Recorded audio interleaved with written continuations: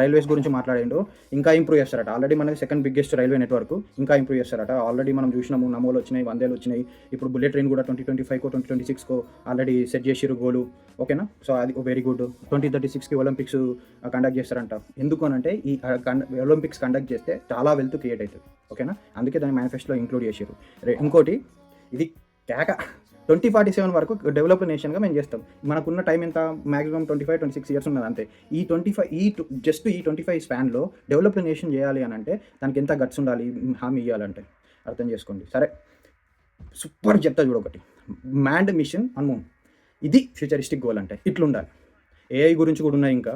So, ఈ futuristic goal అని ఎందుకు అంటున్నానంటే, ఇప్పుడు మన పవర్‌ఫుల్ కంట్రీస్ అంటే లైక్ అమెరికా గాని, లేకపోతే యూరోపియన్ యూనియన్ గాని, చైనా గాని ఒక ఇంటర్నేషనల్ స్పేస్ స్టేషన్ పెట్టుకున్నాం. అందులో మనం లేము. ఓకేనా? మనకు సెపరేట్ ఒక స్పేస్ స్టేషన్. సైన్స్ ఎంతూజియాస్టిక్‌కి దీని ఏమంటారు విలువ తెలుసు.